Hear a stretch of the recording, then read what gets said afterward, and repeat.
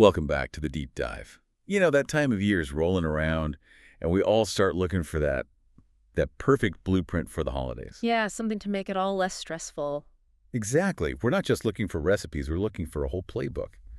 So today, we're going to try and shortcut that search for you by diving deep into the holiday world of, well, a pretty well-known family, Chrissy Teigen and John Legend. That's right. And we've got some great source material here. Chrissy recently hosted Amazon's Home for the Holidays event and shared a ton of insights. So for you, the learner, our mission is pretty clear. We're basically extracting the essential nuggets. You know, how do they actually manage the holidays with a 39-year-old founder, a musician husband, and 4 kids? And that age range is key. You've got the two bigs, Luna at 9, Miles at 7, and then the two little ones, SD and Ren, who are basically toddlers. That spread alone creates a whole different set of holiday rules. It really does.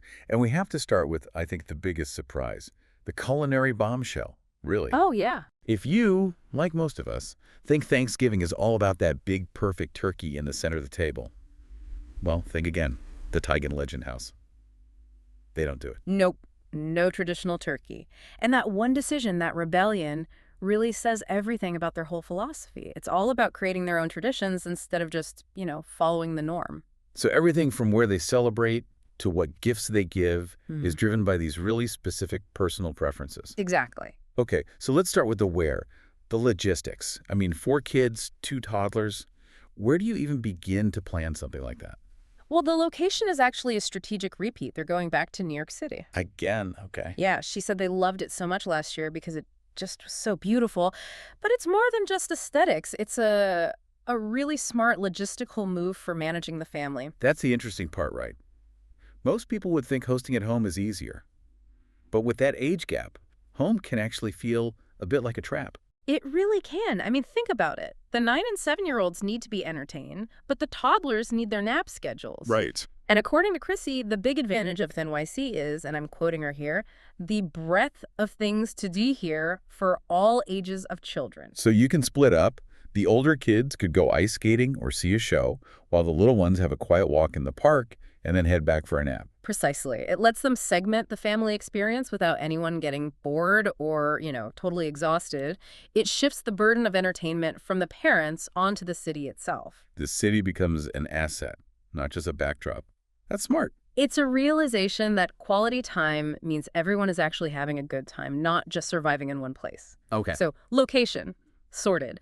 Let's get to the most controversial part, the menu, the main event. We already know she hates turkey. She said it with, 0 hesitation.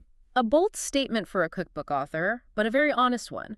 Her go-to tradition has always been a signature chicken recipe from her own cookbook. Right, she roasts 2 smaller chickens together, so you still get that centerpiece feel. Yeah, exactly. It gives you that ceremonial vibe without, the risk of a dry turkey. But John Legend's family is extensive, I think is the word she used. Yeah. So how does that scale up? Well, for a bigger crowd, they'll do 4 chickens. But here's the big twist for this year. This is the new development. Okay.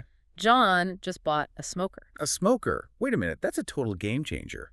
But doesn't that bring the hated bird right back into the picture? It does, and that's the fascinating part. It seems like this is their compromise.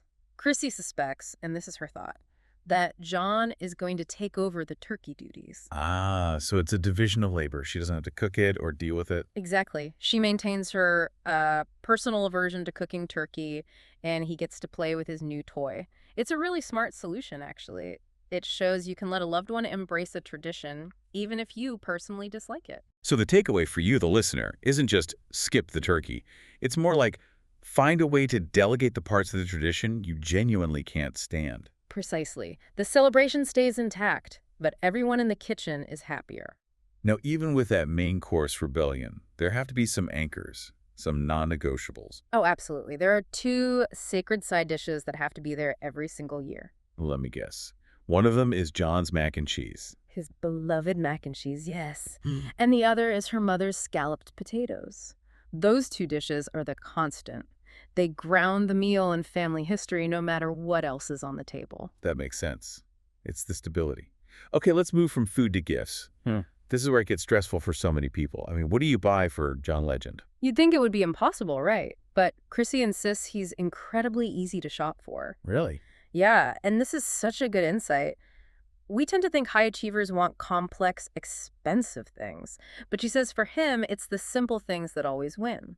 Like what specifically? She named two things. A beautiful silk robe or something, and get this, a man bag. A man bag. Okay, we have to unpack that. Are we talking like a fancy backpack, a briefcase? I think we're talking about a high-end, lever tote or messenger bag, something useful but premium. It's about utility and quality, not some flashy novel thing. And she mentioned that she's always tempted to get me music stuff, right? Like old Miles Davis recordings. She is, but she resists it.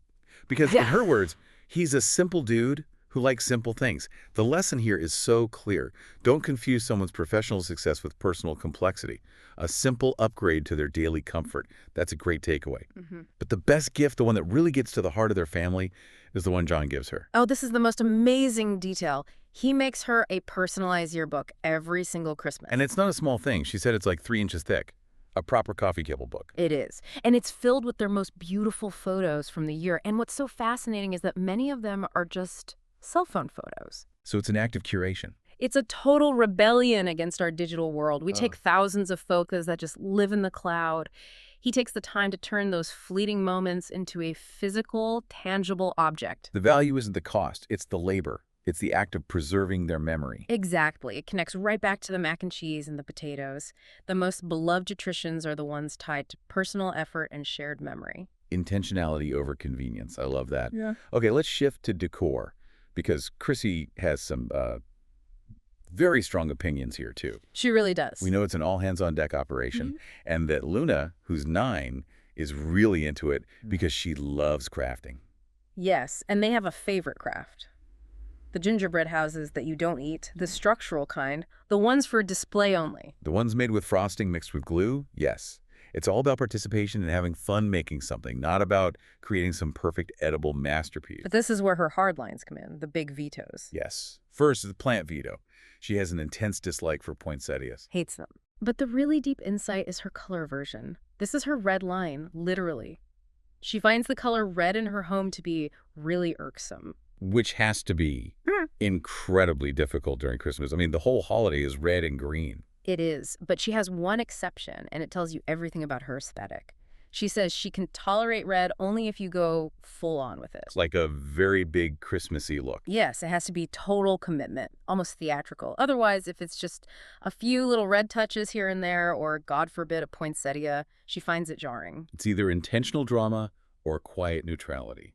Nothing in between. No accidental pops of color.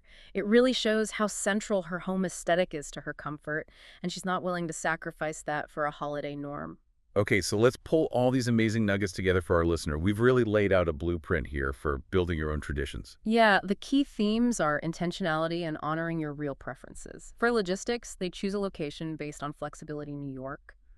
For food, they balance the non-traditional main course with sacred traditional sides. And for gifting, it's all about simple luxuries and, most importantly, those highly personal physical keepsakes, like the yearbook. It's a masterclass in how to adapt tradition. They keep the sacred things, the family recipes, the photo book, while being totally innovative with the things that cause friction, like the main course or the color scheme. It's a perfect case study for any family, really, especially one trying to balance adult tastes with the needs of kids of all different ages.